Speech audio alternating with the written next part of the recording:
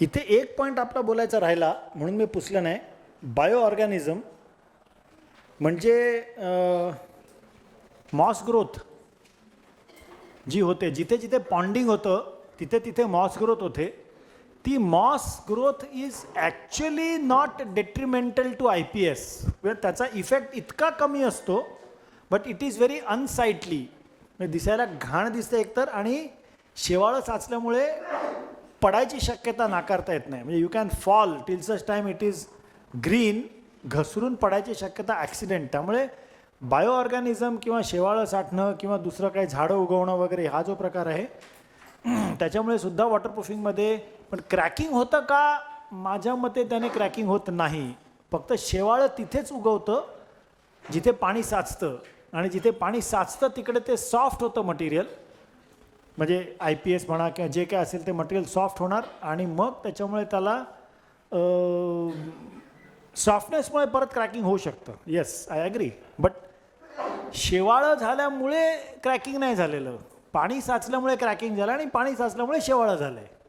शेवाळ्यामुळे cracking नाही झालेलं. अर्थ कळला की नाही? It's little different. हां, हो, झाडाची मुळं जाऊन खूपच होतात. पण झाडं टेरेसवरती बऱ्यापैकी कमी उगवतात. झाडं ही बाहेरच्या साईडला जास्त उगवतात, की जिकडे आपल्याला खाच मिळते त्यांना एक, किंवा प्लंबिंग पाईपलाईनमधनं ओलावा मिळतो. तिथे पक्ष्यांच्या विष्ठेमधनं त्या बिया येतात आणि त्याच्यातनं झाड उगवतं. आणि ते झाड उगवलं तर 1 फुटाचं झाड झालं तर ते निश्चित डिस्ट्रेस करू शकतं, पाईप फाडू शकतं, कॉन्क्रीट फोडू शकतं, ब्रिकवर्क प्लास्टर तर नक्कीच फोडू शकतं. So we have to be very careful. झाड दिसलं की काढून टाका. आणि म्हणजे आपल्याला त्या गार्डनची गरज नाही. ते काय it is we did not be that eco friendly असं. आपण आता तिकडचं पाहिलेलं जे क्रॅकिंग आहे, शिअर क्रॅकिंग, ते आपण बघूयात. आणि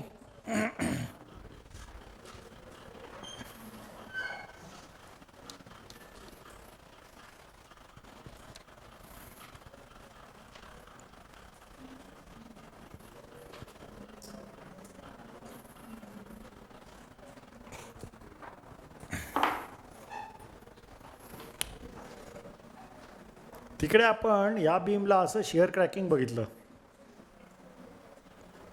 आता प्रश्न एक पहिला मनात पडतो की हे शिअर क्रॅकिंग डेंजरस आहे की नाही. Whether it is dangerous cracking. If it is not dangerous cracking, then why should we do anything to it. And if it is dangerous cracking, what should we do.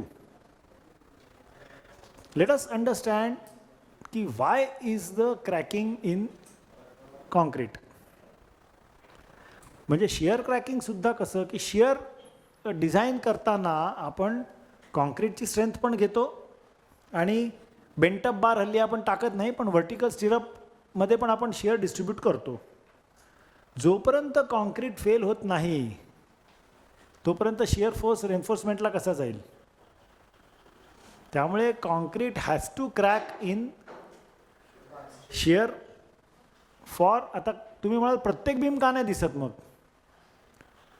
प्रत्येक बीमला cracking इतकं fine असतं की ते डोळ्याला दिसत नाही. प्लास्टरमध्ये ते झाकलं जातं. म्हणजे कदाचित ह्या बीमला सुद्धा शेअर क्रॅकिंग असेल.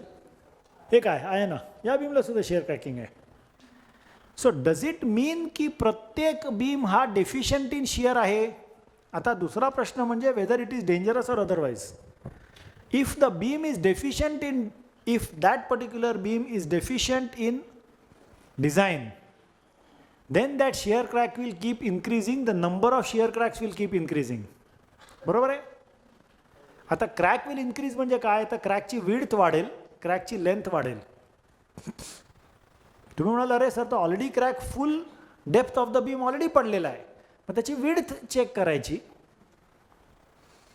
So how we can do is measure the width of the crack. Crack width measurement available, they are available in the market. Just ते डोळ्याला तिथे एक्झॅक्ट स्पॉटला लावायचे, and once in a month we take the reading at the same spot. If we see any increase, then that means the crack is active. See, the crack can be active or passive. Passive म्हणजे dead crack, the crack which is not growing. Is this clear? An active crack is a crack which is growing in length or width or direction. म्हणजे त्याला आणखी cracking होत आहे असं. So if the crack is active it will require some kind of a strengthening. Is this clear? कारण ती crack active आहे. Active म्हणजे काय? The beam is deficient in shear design. It can be deficient because of two things. One is there is a excessive load on the top, कारण ही टेरेसच आहे या बीमच्या केसमध्ये. There is a terrace. So what can be there on the terrace? There can be water tanks, there can be solar panels, there can be any other type of a design. You know, cooling towers असू शकतात, air conditioning सिस्टीमचे, किंवा दुसऱ्या कुठच्याही प्रकारचं loading असू शकतं. तर त्या केसमध्ये त्या बीमचं स्ट्रक्चरल डिझायनिंग पहिलं चेक करायचं if the crack is active, and find out how much the beam is deficient and then strengthen it. How do we strengthen it? There are three techniques predominantly. We will be seeing each technique. I will just tell you the names now and how to do it. We will see when we actually go there and when we come to those slides. One is jacketing. We can jacket the beam and increase the size. Second is steel plate fletching. म्हणजे application of steel plates from underside and sides to the beam and making them effectively work with the beam. And third is fiber wrap. Fiber wrap means any kind of a carbon or glass fiber, you put it in a specific direction so that it improves the load carrying capacity of the member. How? Everything we'll see in detail. आत्ता एवढंच फक्त लक्षात ठेवा की स्ट्रेंथनिंगला ही 3 techniques आहेत. किंवा fourth technique is jacketing. You can do jacketing with guniting. You can do strengthening with guniting also. So we will see all the 4 techniques in detail. Maybe tomorrow afternoon, we will again talk of that beam. Second type of a cracking which we saw is below these beams and the column, these walls have this kind of a cracking.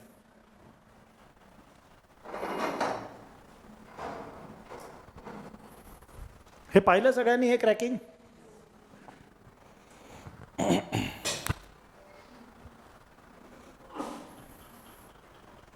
हे का cracking पडत असेल? कोणाला काय वाटतं? What could be the reason of these cracks in brickwork?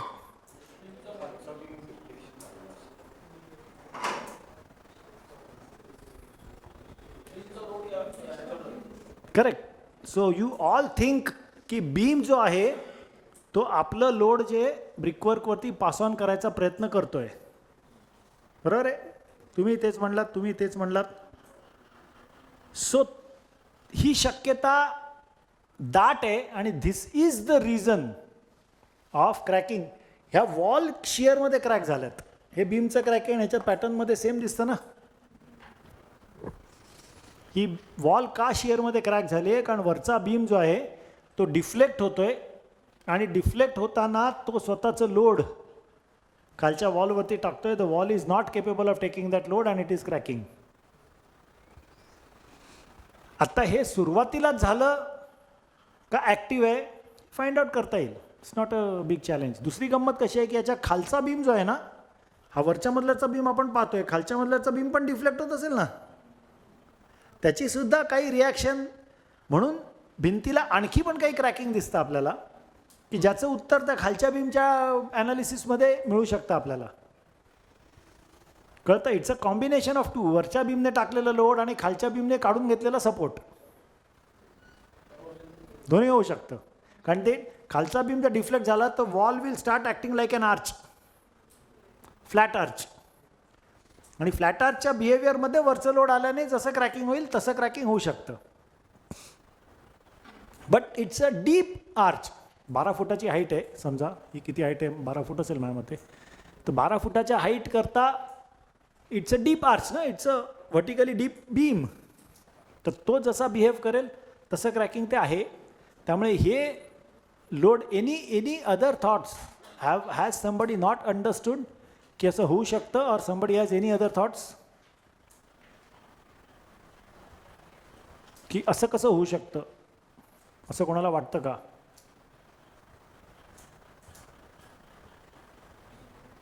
So we proceed. Let us go to this.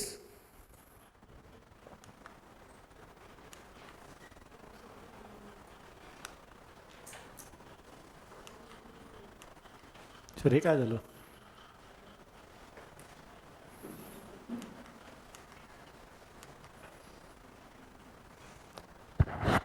Leakage प्लंबिंगमुळे असू शकतं, रूफमुळे असू शकतं किंवा वॉल्समुळे असू शकतं. बरोबर आहे. जर 12 महिने प्लंबिंग लिकेज असेल तर ते प्लंबिंगमुळे आहे. बरोबर. लिकेज जेव्हा तुम्ही पाहता ना, कुठच्याही याच्यामध्ये रूट कॉजला you have to go by the process of elimination of cause.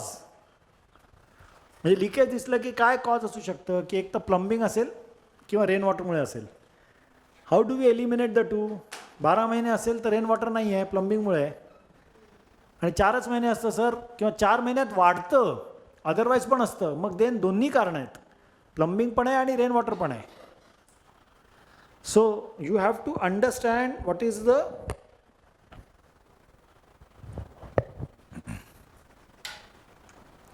Reason of the leakage. Leakage आणि सीपेज ह्याच्यामध्ये एक फरक आहे, किंवा डॅम्पनेस. डॅम्पनेस हा जनरली परमेबिलिटीमुळे किंवा एखाद्या फाईन क्रॅकिंगमुळे असू शकतो. whereas leakage can be because of major porosity. Porosity आणि permeability याच्यामधला फरक कळतोय ना? Porosity म्हणजे gross openings, gross passage of water. त्याने लिकेज म्हणजे टप टप टप टप पाणी पडतं. हे जनरली परमेबिलिटीमुळे होत नाही, हे पोरॉसिटीमुळे होतं. whereas डॅम्पनेस फक्त येणं हे पोरॉसिटी नसते, ह्याच्यात कुठेतरी फाईन क्रॅकिंग असतं किंवा कुठेतरी प्लास्टरचे अख्खं डिबॉन्ड झालेलं असतं, त्याच्यामुळे आत हे येऊन पाणी आत येतं डिबॉन्ड झालेल्या प्लास्टरमधनं, आणि मग ब्रिकवर्क ते पाणी शोषत शोषत आतून बाहेर टाकतं. ही पॉसिबिलिटी असू शकते.